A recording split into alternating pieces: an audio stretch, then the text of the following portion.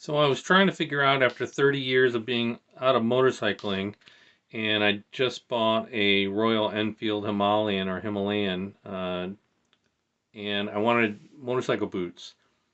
And I settled on the Forma Adventure. They had good reviews. They were at the top of sort of the medium end of cost.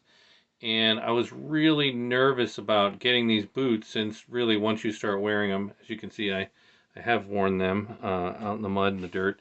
You really can't bring them back. And so I want to make a little video to help anyone else who's thinking about this. To start out, these are a size 44. My foot is pretty close from the longest toe to the back of my heel to 10.5 inches long and pretty close to 4 inches wide within an eighth of an inch there on both of those measurements. And the width is at the widest part of my foot. So hopefully that gives you a little bit of help. The the boots are really comfortable. I had a little bit of a pinch in my right ankle once I would do up the buckle, but after I get riding, I wouldn't notice it. Now I've had them for about 3 weeks, but that's 1,600 miles of riding. Probably 60 to 75% of that time is on dirt roads and standing on the pegs. So they're comfortable to just stand in. They're comfortable to walk in, although I haven't hiked in them, just walking around to get on the motorcycle, and definitely um, uh, comfortable for long-term standing.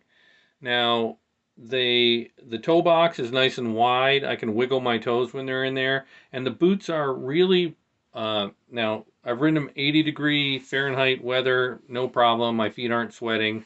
I don't know, about 100 degrees, and I've ridden with them in say 35 degrees Fahrenheit weather, 38 I think it was, and my feet weren't cold at all. I've ridden a lot in like high 40s, and again, no, my feet were totally toasty with sort of thin socks, not even thick wool, which I could fit in these 44s. Um, the buckle on here, they go pretty simple. Let me see if I can, let's see, I've got one done. They seem nice and sturdy. One hand is not the easiest to do, but you put this cam part in the buckle, you push it over, and it latches down. You can read about all the armoring and whatnot.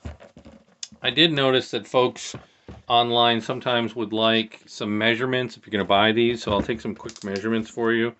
Let's see. The height is from the ground is about, let's see, what is that?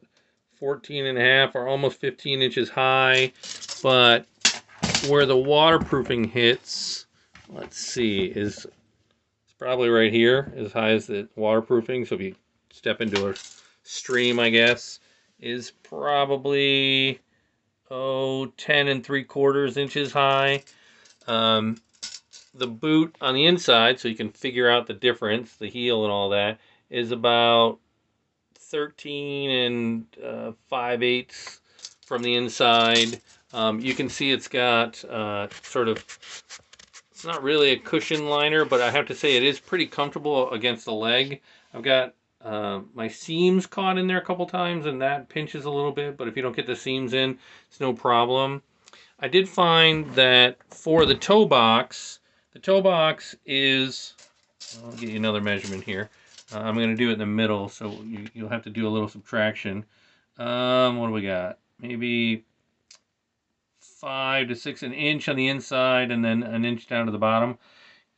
My hiking boots were about the same. I did find that on the motorcycle I had to raise the shift lever a little bit, because even though these are the same thickness as my hiking boots that I wore for a few days before I got the boots, I found that the flexibility of these boots, maybe now, maybe ever, is not as flexible as a hiking boot, which makes sense. They're supposed to support you better. So I just moved the shift lever up, and that solved the whole problem. They do have this little pad here for where the shift lever might rub. I think they're great. I've got the HWK riding pants and jacket, and the pants go, my regular pants and jeans won't go over the outside of these, but the HWK riding pants will.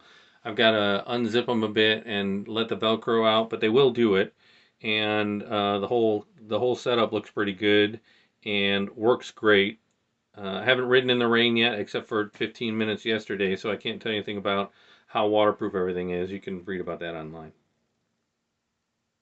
So I hope this has been helpful to someone.